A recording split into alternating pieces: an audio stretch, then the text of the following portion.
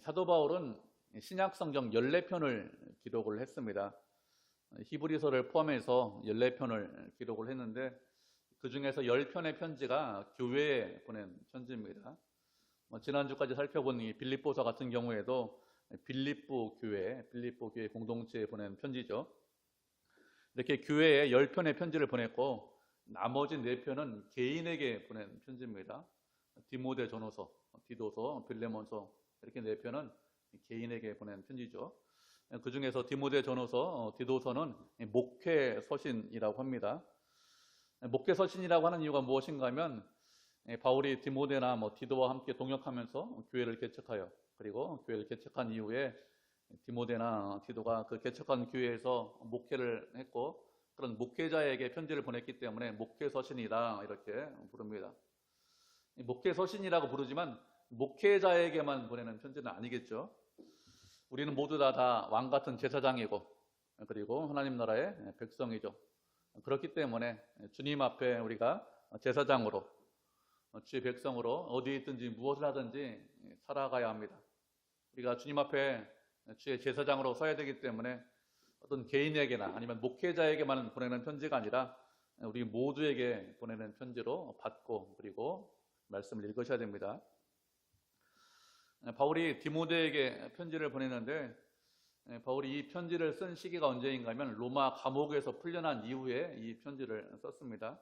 로마 감옥에 있는 동안에 편지 쓴 것이 있죠. 에베소서, 빌립보서, 골로새서, 빌레몬서 이런 편지들은 로마 감옥에 있는 동안에 편지를 썼고 그 이후에 로마 감옥에서 풀려나서 바울이 그레데 섬에 가서 복음을 전합니다. 그레데 섬에 가서 복음을 전한 이후에 디도를 그 그레데 섬에 남겨둬요. 그래서 그 디도가 그레데 섬에서 목회를 하게 합니다. 그리고 에베소에서 디모데를 만났는데 디모데를 그 에베소에 남겨두죠. 그래서 그 디모데가 에베소에서 목회를 하는데 그때 편지를 썼습니다. 그 이후에 디모데는 누구냐? 디모데는 바울의 제자인데 바울이 1차 전도 여행을 할 때 아마 복음을 들었을 것이다 이렇게 보통 추정을 합니다. 바울은 1차 전도 여행을 마치고 2차 전도 여행을 떠납니다. 2차 전도 여행을 떠나는 이유가 무엇인가 하면 1차 전도 여행 때 교회를 개척한 교회들이 꽤 많이 있는데 그 교회를 다시 한번 돌아보자.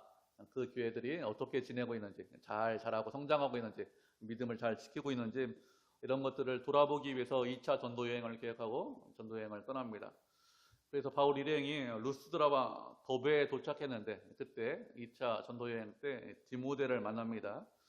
말씀을 한 구절 살펴보도록 하겠습니다. 사도행전 16장 1절부터 5절까지 말씀 살펴보도록 하죠. 사도행전 16장 1절부터 5절까지 신약성경 214페이지네요.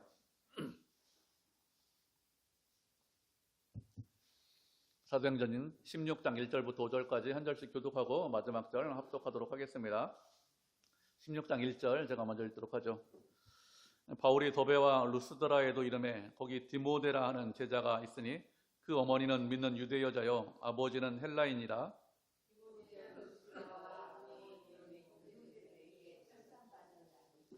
바울이 그를 데리고 떠나고자 할새 그 지역에 있는 유대인으로 말미암아 그를 데려다가 할례를 행하니 이는 그 사람들이 그의 아버지는 헬라인인 줄 다 알미러라.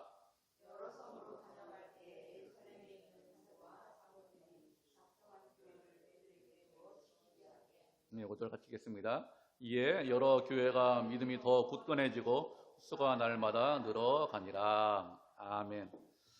바울이 2차 전도여행을 하면서 더베와 루스드라에 갔는데 거기에 디모데라고 하는 제자가 있었다고 했습니다. 사람들이 디모데를 제자라고 부르고 있는 것이죠. 제자라고 부르는 것은 주님을 믿는 믿음이 있기 때문에 제자라고 하는 것입니다. 그의 어머니는 유대 사람이라고 했습니다. 그런데 아버지는 유대인이 아니라 헬라인이라고 했습니다. 믿는 유대 여자라고 했는데 어머니가 믿는 유대 여자라는 것은 믿음을 가지고 있는 그런 유대 여자라는 것이죠.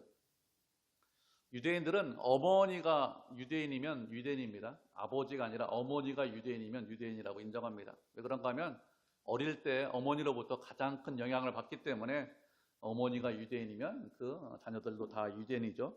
그렇기 때문에 이 디모데도 유대인들의 풍습에 대해서 잘 알고 있습니다.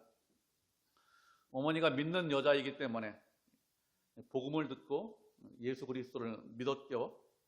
이렇게 예수님을 믿었는데 디모데도 어릴 때부터 유대 풍습에 관해서 잘 알고 있습니다. 그래서 하나님을 믿었는데 복음을 듣고 결국에는 예수 그리스도를 믿게 된 그런 제자가 되었죠. 이런 디모데는 루스드라와 이고니온에 있는 형제들에게 칭찬을 받는 자다 이렇게 말씀을 하고 있습니다. 루스드라와 이고니온은 서로 붙어 있어요. 지도를 보면 같이 붙어 있는 지역인데 디모데는 자신이 살고 있던 그 지역, 그 근방에서 칭찬을 받는 그런 사람이었습니다. 칭찬을 받았다는 것은 나이가 좀 어리거든요. 상당히 어린데 그런 어린 나이에도 불구하고 하나님을 믿는 믿음이 크기 때문에 그래서 칭찬을 받는 자였습니다. 이렇게 디모데를 2차 전도 여행 때 바울이 만났는데 바울은 디모데를 만난 이후에 디모데와 함께 계속 전도 여행을 하면서 복음을 전했습니다. 바울이 디모데와 함께 떠나기 전에 디모데에게 무엇을 행했다고 했는가 하면 할례를 행했다 이렇게 말씀을 하고 있습니다. 할례를 행한 이유가 무엇이냐? 아버지가 헬라인이기 때문에 할례를 행했다고 했습니다. 아버지가 헬라인이다. 아버지가 헬라인이라는 것은 유대인이 아니라 이런 뜻이겠죠. 유대인들은 태어난 지 8일 만에 할례를 행합니다. 아브라함은 99세 때 할례를 행했고 그리고 아브라함 이후에 태어난 모든 사람들은 난 지 8일 만에 할례를 행했습니다. 이삭도 태어난 지 8일 만에 할례를 행했고 그 이후에 태어난 모든 사람들은 난 지 8일 만에 할례를 행했습니다. 이렇게 태어난 지 8일 만에 할례를 행하는 이유가 무엇이냐? 하나님께서 당신의 백성으로 삼으셨다, 당신의 자녀로 삼으셨다는 것을 드러내기 위해서 그 언약 가운데 있다는 것을 말씀하기 위해서 할례를 행하라 이렇게 하셨습니다. 하나님께서는 아브라함을 선택하고 아브라함 후손들을 당신의 백성으로 삼으셨는데 그 당신의 백성으로 삼으신 외형적인 징표가 무엇이냐? 할례를 행하는 것입니다. 할례를 행했다는 것은 하나님께서 그 백성들을, 그 사람을 책임지시고 인도하신다는 것입니다.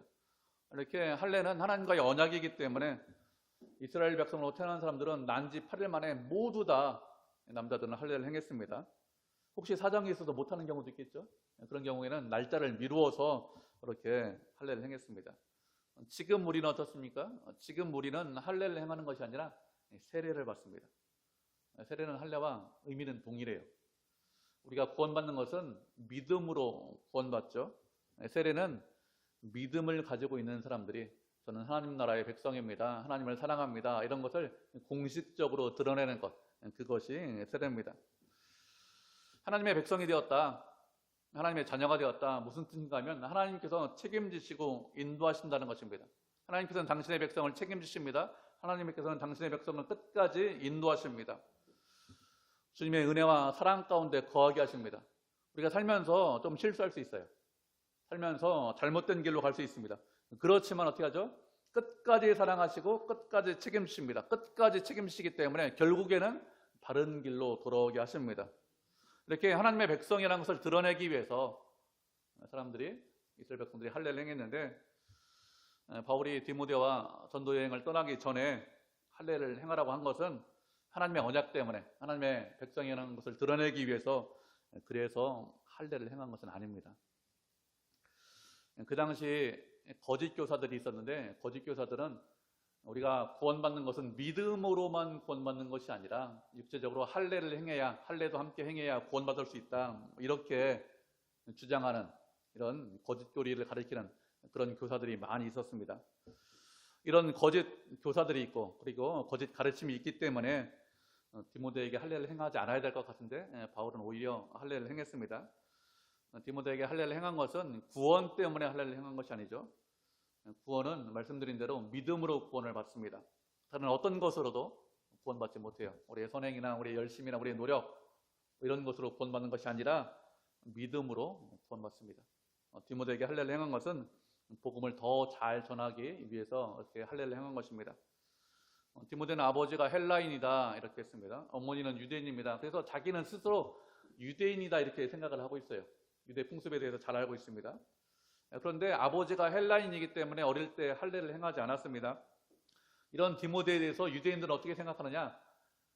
디모데는 내가 동족이다 이렇게 생각하는데 거꾸로 유대인들은 저 사람이 내 동족이 아니다 이렇게 생각해요. 왜 그런가 하면 할례를 행하지 않았기 때문에 동족이 아니다, 이방인이다 이렇게 생각합니다.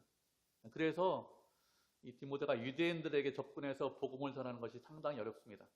바울은 유대인이기 때문에 어릴 때 할례를 행했겠죠. 그래서 유대인들에게 복음 전하는 것이 그렇게 어렵지 않습니다.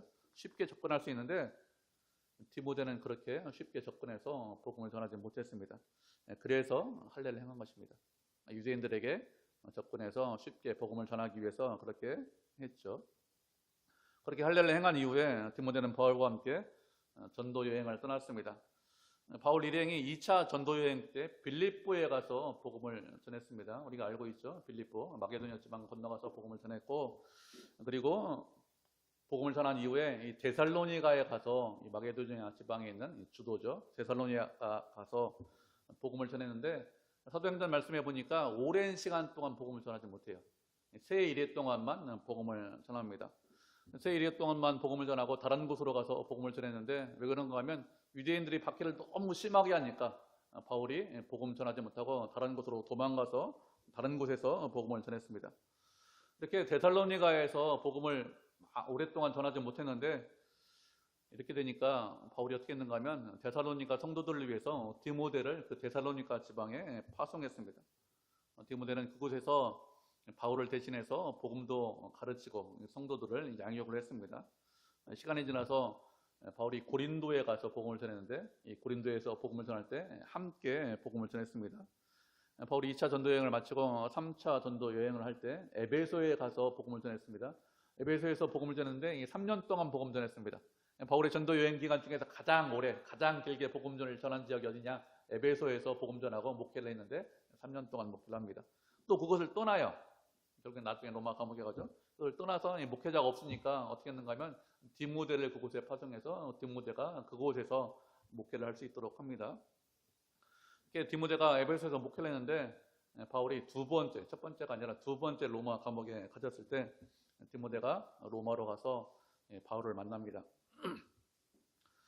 바울은 디모데를 만난 이후에 계속해서 함께 지냈습니다. 같이 복음을 전하고 또 같이 전도 여행을 하는 그런 믿음의 아들이고 그리고 믿음의 제자죠. 바울은 사도로서 교회를 개척하고 복음을 전했는데 디모데는 바울 옆에서 바울이 전하는 복음도 듣고 또 배우고 하나님 나라 일에 충성을 했던 그런 사람이 디모데입니다. 이런 디모데에게, 영적인 아들에게 편지를 보내는데 1절로 보면 바울은 자기 자신을 소개를 하고 있습니다. 예수님의 명령에 따라서 그리스도 예수의 사도된 바울이다, 이렇게 말씀을 하고 있습니다. 바울은 사도인데 스스로 사도가 된 것이 아닙니다. 하나님 제가 사도가 되겠습니다, 이렇게 해서 사도가 된 사람이 아니죠. 다메섹에서 예수님을 만났는데 그때 예수님의 명령에 따라서 이방인의 사도가 되었습니다. 사도는 무슨 뜻이냐? 사도는 보내심을 받은 자가 사도라는 뜻입니다. 예수님의 명령에 따라서 보내심을 받았습니다. 그리고 누구의 사도라고 했느냐면 그리스도 예수의 사도라고 했습니다. 그리스도 예수의 사도라는 것은 예수 그리스도를 전하고 예수님의 명령에 순종하는 사람이다, 이런 뜻입니다. 바울은 예수님의 명령에 따라서 예수님을 전하는, 예수님의 명령에 순종하는 그런 사도가 되었는데 이런 사도가 디모데에게 편지를 쓴다, 이렇게 말을 하고 있습니다. 이 편지가 이 개인적인 편지라면 사도인 바울이 디모데에게 편지를 쓴다, 이렇게 말하지 않았겠죠. 바울이 디모데에게 개인적인 편지를 쓰고 있지만 개인적인 목적만 가지고 편지를 쓰는 것이 아니죠. 사도라고 쓰는 것은 하나님을 믿는 모든 성도들에게 편지를 쓰는 것이기 때문에 자신을 소개할 때 사도다, 이렇게 말을 하고 있는 것입니다. 사도라는 이 공적인 위치에서 하나님을 믿는 성도들에게 편지를 쓰고 있는 것입니다. 바울은 예수님을 만난 이후에 수십 년 동안 변하지 않고 믿음을 굳건하게 지키고 있습니다. 끝까지 이방인의 사도로 충성하고 헌신하고 열심을 내고 복음을 전하고 있습니다. 이렇게 끝까지 변하지 않고 충성하는 이유가 무엇일까요? 이렇게 끝까지 변하지 않고 충성하는 것은 자신이 누구인지 알았기 때문에 그렇습니다.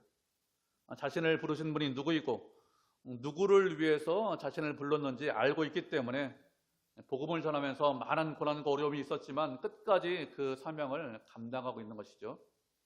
우리도 우리 자신이 누구신지 알아야 됩니다. 우리를 누가 부르셨는지 또 무엇을 위해서 부르셨는지 알아야 그래야 인생을 방황하지 않습니다.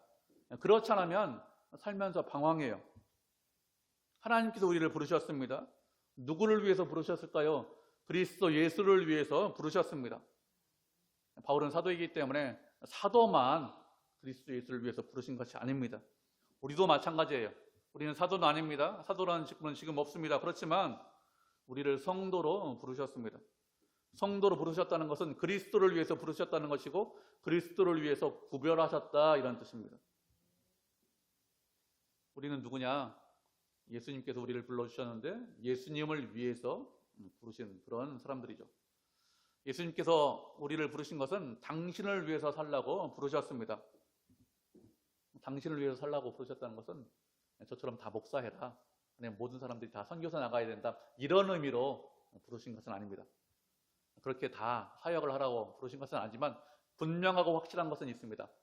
나를 위해서 살라고 부르신 것이 아니라 예수님을 위해서 살라고 부르셨다는 것은 다 확실하고 분명합니다. 그렇기 때문에 주님께서 부르신 그 자리에서 우리가 순종하고 충성하고 헌신하셔야 됩니다. 주의 영광을 위해서 사셔야 합니다. 세상 사람들하고 동일하게 사는 것이 아니라 세상과 다르게 사셔야 돼요. 세상의 풍조, 세상의 철학, 세상의 사상, 세상의 관습, 이런 것들을 따라가고 그런 것들 때문에 흔들리는 것이 아니라 그리스도의 사람으로 그리스도를 위해서 사셔야 합니다. 세상과 다르게 살라고 우리를 부르셨다는 것을 우리가 분명히 알고 계셔야 됩니다. 우리는 세상과 함께 할 수 없는, 세상과 다른 그런 사람들이죠. 바울이 우리를 사도로 부르셨는데 이렇게 바울을 사도로 불러주셨는데 이렇게 불러주신 하나님에 대해서 무엇이라고 했는가 하면 우리를 구주다 이렇게 말씀을 하고 있습니다. 구주가 무슨 뜻이냐? 구주는 번영과 질서와 안정을 주시는 분이 구주라는 뜻입니다. 바울 당시에 사람들이 누구를 구주라고 불렀는가 하면 로마 황제를 구주라고 불렀습니다. 왜 그런가 하면 황제가 번영과 안정과 질서를 주기 때문에 자신들이 편안하고 안전하게 살 수 있는 것은 로마 황제 때문에 편안하고 안전하게 살 수 있다 이렇게 생각해서 황제를 구주다 이렇게 불렀는데 바울은 누구를 구주라고 부르고 있는가 하면 하나님을 구주라고 했습니다. 하나님께서 번영과 질서와 안전을 주시는 분이기 때문에 이렇게 부르고 있는 것이죠. 세상의 모든 평화, 모든 번영, 모든 안전은 하나님께로부터 나옵니다. 세상 사람들은 그렇게 생각하지 않아요. 힘이 있으면 힘이 곧 평화다 이렇게 생각합니다. 팍스 로마나라고 해서 로마가 번영하고 이렇게 화려하게 지냈던 그런 시기에 안전하게 지냈던 그런 시기가 있었는데 그 시기의 힘으로 주변에 있는 모든 나라들을 지배했기 때문에 힘이 있으면 번영과 안정이 있다 이렇게 생각했습니다. 그래서 지금도 힘이 곧 평화다 이렇게 생각을 합니다. 요즘은 이 팍스 로마나 이렇게 말하는 것이 아니라 팍스 아메리카나 뭐 이렇게 말을 하죠. 세상은 힘이 평화다 이렇게 이야기를 하는데 그렇지 않습니다. 힘이 있다고 평화가 있는 것은 아닙니다. 안전이 있는 것은 아니죠. 힘 있는 러시아가 우크라이나를 침략해서 전쟁을 하고 있습니다. 힘 있는 로마가 결국에는 망했어요. 힘이 곧 평화를 말하는 것은 아닙니다. 힘이 있지만 힘을 우리가 얼마든지 사람이 악하게 사용할 수 있습니다. 참 평화는 힘이 있다고, 참 안전은 힘을 가지고 있다고 있는 것이 아니라 참 평화와 안정과 번영은 하나님만 주실 수 있습니다. 그것도 모든 사람들에게 다 주시는 것이 아니라 그리스도 안에 있을 때 참 평화와 번영과 안전이 있습니다. 그리스도 안에 있을 때 평화와 번영과 안전을 누릴 수 있습니다. 그리스도 밖에서는 평화와 안전이 있을 수 없죠. 그리스도 안에 있을 때, 주님과 동행할 때 주님 안에서 참 평화와 안전을 누릴 수 있습니다. 이렇게 하나님에 대해서 우리에게 안전을 주시는 분이다, 평화를 주시는 분이다, 이런 의미로 구주라고 했습니다. 그리고 예수님에 대해서는 무엇이라고 말씀하고 있는가 하면 우리의 소망이라고 했습니다. 세상에는 어떤 것도 우리의 소망이 되지 못하죠. 예수님만이 우리의 소망이 되십니다. 병들고 아픈 사람이 있습니다. 병원에 누워 있습니다. 그 사람의 소망이 무엇일까요? 그 사람의 소망은 병에서 일어나서 건강하게 생활하는 것이 소망이죠. 경제적으로 어렵고 힘든 사람이 있습니다. 그 사람의 소망은 무엇일까요? 그 사람의 소망은 경제적으로 여유 있게 사는 것이 소망일 것입니다. 사업하는 사람의 소망은 사업이 잘 되는 것이고, 학생들의 소망은 공부를 잘하는 것이고, 운동선수의 소망은 운동을 잘하는 것이 선수들의 소망일 것입니다. 그런데 이런 소망은 영원하지 않아요. 영원한 소망은 예수 그리스도밖에 없습니다. 다른 소망은 영원하지 않습니다. 다른 소망이 있을 수 있지만 그것은 순간적입니다. 일시적입니다. 오직 예수님만이 우리의 영원한 소망이 되십니다. 다른 것은 소망이 없어요. 영원하지 않습니다. 우리가 말씀 한 구절 보도록 하겠습니다. 마태복음 7장 24절로 27절 말씀. 마태복음 7장 24절로 27절 말씀. 한 절씩 교독하도록 하죠. 신약성경 10페이지 마태복음 7장 24절로 27절입니다. 7장 24절 먼저 읽겠습니다. 그러므로 누구든지 나의 이 말을 듣고 행하는 자는 그 집을 반석 위에 지은 지혜로운 사람 같으리니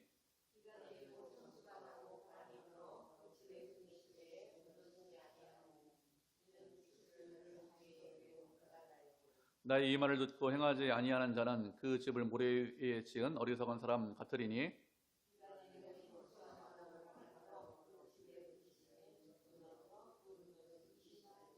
아멘. 마태복음 5장, 6장, 7장은 산상수훈의 말씀이죠. 산상수훈의 말씀을 하시면서 결론적으로 하시는 말씀입니다. 누구든지 예수님의 말씀을 듣고 행하는 사람은 그 집을 반석 위에 지은 지혜로운 사람이라고 했습니다. 그렇지 않고 말씀을 들었는데 지키지 않고 행하지 않는 사람은 그 집을 모래 위에 지은 사람이라고 했습니다. 반석 위에 집을 지은 사람이나 모래 위에 집을 지은 사람이나 똑같이 집을 지었습니다. 그 집의 외형은 크게 다르지 않아요. 사람들 보기에 멋있고 아름답고 견고한 그런 집을 지었습니다. 그리고 반석 위에 집을 지은 사람이나 모래 위에 집을 지은 사람이나 동일한 일이 일어납니다. 비가 오고 창소가 나고 바람이 분다고 했습니다. 반석 위에 집을 지면 그런 일이 안 일어나느냐? 비바람이 불고 그리고 창소가 그 집에 부딪히는 일이 없느냐 하면 그렇지 않습니다. 어디에 집을 지었든지 반석 위에 집을 지었든지 아니면 모래 위에 집을 지었든지 그렇게 비바람이 붑니다. 창소가 납니다. 그런 것들이 그 집에 부딪힘이 있습니다. 그런데 반석 위에 집을 지은 사람은 무너지지 않습니다. 그렇지만 모래 위에 집을 지면 무너집니다. 그러면 비바람이 불고 창소가 난다는 것이 무슨 뜻일까요? 우리가 인생을 살다 보면 고난과 어려움이 있습니다. 우리가 지금은 대부분 건강하시죠? 그런데 건강을 잃어버리는 날이 반드시 옵니다.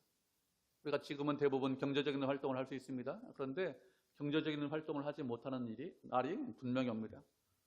우리가 지금은 우리 주변 사람들하고 행복하고 즐겁게 지낼 수 있습니다. 그런데 행복하고 즐겁게 지내지 못하는 날이 분명히 옵니다. 우리 주변에 있는 사람들이 우리를 떠나는 날이 분명히 있습니다. 그것뿐만 아니라 우리가 나 자신이 무너지는 날이 옵니다. 우리 이 땅에서 영원히 살 수 없습니다. 결국에는 이 땅에서 죽죠. 그러면 우리가 지은 집은 어떻게 될까요? 우리가 평생 동안 집을 지었는데 고생하고 땀 흘리고 노력했는데 그 집은 어떻게 될까요? 그 집을 어디에 지었느냐? 이것에 따라서 달라집니다. 반석 위에 집을 지었느냐 아니면 모래 위에 집을 지었느냐 이것에 따라서 달라지죠. 반석 위에 집을 지면 수십 년 동안 고생하고 노력한 것이 그대로 있습니다. 그렇지만 모래 위에 집을 지시면 그 집은 반드시 무너지죠. 그렇기 때문에 누가 지혜로운 사람이냐? 반석 위에 집을 짓는 사람이 지혜로운 사람입니다. 반석 위에 집을 짓는 사람, 누가 반석 위에 집을 짓는 사람이라고 했습니까? 주의 말씀을 듣고 그 말씀대로 지켜 행하는 자가 반석 위에 집을 짓는 사람이라고 했습니다. 주의 말씀을 듣고 그 말씀을 지켜 행하는 사람 어떤 사람이죠? 주님을 믿고 의지하는 사람을 말합니다. 주님을 믿으면 주님께서 우리의 인생을 책임지십니다. 우리의 인생을 지켜주십니다. 보호해 주십니다. 주님만이 우리의 반석이십니다. 우리는 살아있으나 죽어있으나 우리의 유일한 소망이 누구시냐? 예수님만이 우리의 유일한 소망이십니다. 죽으면 우리의 소망이 예수님이 아니냐? 그렇지 않습니다. 죽어서도 우리의 소망이 예수님이시죠. 우리가 죽었지만 주 안에서 죽으면 그 사람은 반드시 다시 살아납니다. 그렇기 때문에 예수님만이 우리의 유일한 소망이십니다. 살아있지 않으면, 죽어있으면 무슨 소망이 있을까요? 아무런 소망이 없죠. 그렇지만 그리스도 안에서 죽으면 그 사람은 다시 삽니다. 그렇기 때문에 살아있으나 죽어서나 예수님만이 유일한 소망이십니다. 다른 소망은 없어요. 여러분, 무엇이 우리 인생의 소망이죠? 지금 무엇을 원하고 무엇을 바라고 있습니까? 그 소망 일시적입니다. 반석 위에, 그리스도 위에 집을 지으셔야 됩니다. 그래야 영원한 가운데 걸 수 있어요. 수십 년 동안 고생한 것, 노력한 것, 그 무너지지 않습니다. 그리스도 위에 지을 때, 그때 우리가 영원할 수 있는 것이죠.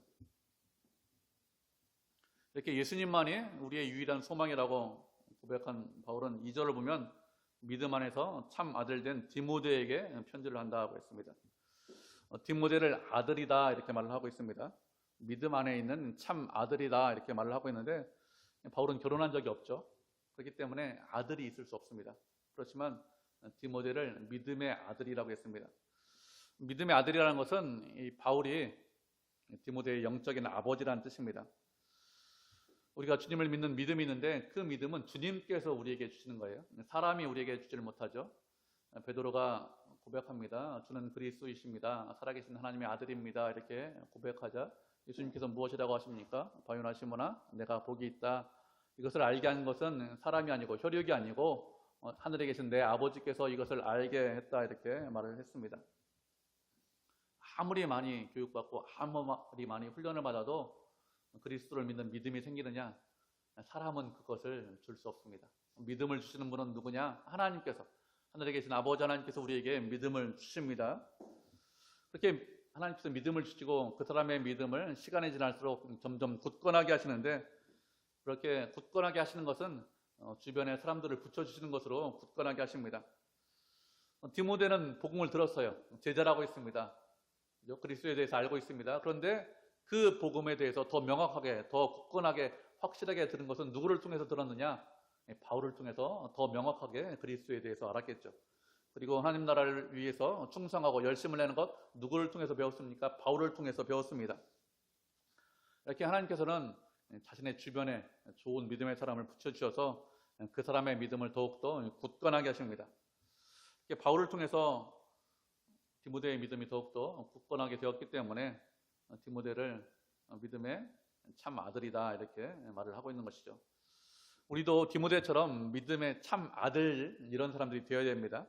우리 주변에 좋은 믿음을 가지고 있는 사람, 그 사람이 옆에 있으면 그건 참 복입니다. 신앙생활 하면서 그런 사람이 있다는 것, 그러면 상당히 하나님께서 우리에게 복을 주신 것이죠. 그런 사람을 따라가고 그런 사람들과 함께 하고 그런 사람을 본받을 수 있기 때문에 그런 사람이 있으면 참 복된 생활입니다. 그런데 살다 보면 그런 사람이 없을 수 있습니다. 그럼 어떻게 될까요? 그런 사람이 없으면 우리가 좋은 믿음의 사람이 되면 됩니다. 주변에 있는 사람들이 나를 본받을 수 있도록 그렇게 내 믿음을 자라고 성장시키면 되겠죠. 하나님께서 우리에게 성경 말씀을 주셨습니다. 말씀을 주셨기 때문에 그 말씀을 지키고 그 말씀에 순종하면서 그 말씀을 의지하면서 살아가면 됩니다. 주변에 좋은 믿음의 사람이 없기 때문에 우리가 눈으로 보면서 신앙생활을 하는 것보다는 좀 어려울 수 있습니다. 그렇지만 말씀을 주셨기 때문에 말씀을 의지해서, 주님을 의지해서 신앙생활을 하시면 됩니다. 그리고 또 좋은 믿음의 선배들, 좋은 믿음의 신앙의 사람들을 많이 있죠. 그런 사람들에 대한 책들이 많이 있습니다. 그들이 어떻게 살았는지, 어떻게 충성했는지, 어떻게 열심을 했는지 이런 책들이 많이 있기 때문에 그런 것들을 보면서 우리가 얼마든지 믿음 생활을 할 수 있습니다. 본을 보이는 사람이 없기 때문에 내 믿음이 성장하지 못했다, 이건 핑계입니다. 그렇게 핑계대지 않고 우리가 말씀을 보면서 그리고 좋은 책들을 보면서 성장할 수 있습니다. 뿐만 아니라 더 좋은 믿음의 본이 있습니다. 누가 계시죠? 예수님께서 우리의 본이십니다. 모든 신앙의 사람들 누구를 따라가고 누구를 닮아갔습니까? 예수 그리스도를 따라가고 예수 그리스도를 닮아갔습니다. 우리도 마찬가지예요. 예수님을 따라가고 예수님을 닮아가고 예수님처럼 생각하고 말하고 행동하는 것, 그래서 내가 작은 예수가 되는 것, 그게 우리의 신앙생활입니다. 신앙생활의 전부가 그것이죠. 그렇기 때문에 본이 없다, 그래서 우리가 믿음의 사람이 될 수 없다 이렇게 생각하는 것은 잘못된 생각이고, 예수님을 따라가고 닮아가면 그 사람이 믿음의 사람이 될 수 있습니다. 디모데만 믿음의 아들이고 믿음의 사람이 아니라 우리도 믿음의 사람이 되어야 되고 믿음의 아들들이 되어야 됩니다. 이렇게 믿음의 아들인 디모데에게 편지를 쓰고 있는데, 하나님 아버지와 그리스도 예수 우리 주께로부터 은혜와 긍휼과 평강이 있기를 원한다고 했습니다. 은혜와 긍휼과 평강을 주시는 분은 누구냐? 아버지 하나님께서 은혜와 긍휼과 평강을 주시고 또 예수 그리스도가 은혜와 긍휼과 평강을 주십니다. 그래서 하나님 아버지로부터 또 예수 그리스도로부터 은혜와 평강과 긍휼이 있기를 원한다, 이렇게 말을 하고 있습니다. 은혜라는 것은 여러 번 제가 말씀을 드렸는데 받을 수 있는 그런 자격이 없음에도 불구하고 아무런 조건을 가지고 있지 않음에도 불구하고 좋은 것, 아름다운 것을 값없이 주시는 것, 값없이 우리가 받는 것, 그것이 은혜입니다. 하나님께서 우리에게 값없이 주시는 것은 그것이 아무런 가치가 없기 때문에, 아무런 의미가 없기 때문에 값없이 주시는 것이 아니라고 했어요. 너무 가치가 크기 때문에, 우리가 그 값을 지불할 수 없기 때문에, 그래서 값없이 주시는 것입니다. 그렇게 값없이 주시는 것, 그것이 은혜죠. 그리고 긍휼이라는 것은 불쌍히 여기는 것이 긍휼입니다. 바울은 은혜, 긍휼, 평강 이런 순서로 말을 하고 있는데, 하나님께서 우리에게 주시는 순서는 긍휼, 은혜, 평강 이런 순서로 보통 주신다, 이렇게 사람들이 이야기를 합니다. 긍휼은 불쌍히 여기는 마음이 긍휼입니다. 하나님께서는 당신의 백성들을 사랑하시고 또 불쌍히 여기십니다. 우리는 악하죠. 우리는 거룩하지 못합니다. 우리는 하나님을 대적하고 하나님의 원수임에도 불구하고 불쌍히 여기셨습니다. 긍휼의 마음을 가지셨습니다. 그렇게 긍휼의 마음이 있기 때문에 어떻게 하시는 것이죠? 은혜를 주시는 것입니다. 은혜를 주시는데 그냥 조금만 주시는 것이 아니라 차고 넘치게 풍성하게 은혜를 주십니다. 하나님께서 당신의 자녀에게, 우리들에게 주시는 은혜는 세상 사람들이 알지 못하고 세상 사람들이 받지 못하는 그런 은혜를 주십니다. 하나님께서 세상 모든 사람들에게 은혜를 주십니다. 세상 모든 사람들에게 햇빛과 비를 주십니다. 악한 사람이나 선한 사람이나 동일하게 햇빛을 주십니다. 선하다고 더 주시고 악하다고 조금 주시고 그런 법이 없어요. 동일하게 주십니다. 비를 내리시는 것도 마찬가지죠. 의로운 사람에게 불의한 사람에게 동일하게 비를 주십니다. 의로운 사람에게 더 주시거나 불의한 사람에게 조금 주시거나 그렇게 하지 않습니다. 그렇게 하지 않으실 수 있어요. 선한 사람에게, 의로운 사람에게 더 많이 주시고 그렇지 않은 사람에게 조금 줄 수 있습니다. 그런데 그렇게 하지 않고 모든 사람에게 동일하게 은혜를 주십니다. 이런 은혜를 무슨 은혜라고 하는가 하면 일반 은혜, 일반 은총이라고 합니다. 일반 은혜, 일반 은총은 모든 사람들에게 다 주시는 은혜입니다. 그런데 그리스도를 믿는 우리에게는 일반 은혜만 주시는 것이 아니라 특별 은혜를 주십니다. 일반 사람들이, 세상 사람들이 알지 못하는 특별한 은혜, 특별한 사랑, 특별한 좋은 것들, 이런 것들을 주십니다. 아모스 3장에 보니까 이렇게 말씀하고 있습니다. 내가 땅의 모든 족속 가운데 너희만 알았다, 이렇게 말씀을 하고 있습니다. 하나님께서 모든 족속 가운데 이스라엘 백성들만, 이스라엘 족속들만 알았다는 것입니다. 이것은 이스라엘 백성들만 사랑하시고 이스라엘 백성들만 위하시고 그들과 함께 하신다는 것이죠. 하나님께서 세상 모든 만물을 창조하셨습니다. 그런데도 이렇게 말씀하시는 이유가 무엇이냐? 이스라엘 백성들과 특별한 관계이기 때문에 이렇게 말씀을 하시는 것입니다. 하나님은 믿는 우리만 알고 계십니다. 세상 모든 사람들을 다 알고 계시는 것이 아니라 우리만 알고 계십니다. 우리만 위하시고 우리만 사랑하십니다. 우리와 함께 하십니다. 우리와 특별한 관계이십니다. 그래서 우리에게만 특별한 은혜를 공급해 주십니다. 특별한 은혜를 공급해 주신다는 것은 특별한 길이 있다는 거예요. 특별한 방법이 있다는 것입니다. 우리는 잘 모릅니다. 우리는 일반적인 것밖에는 잘 모르잖아요.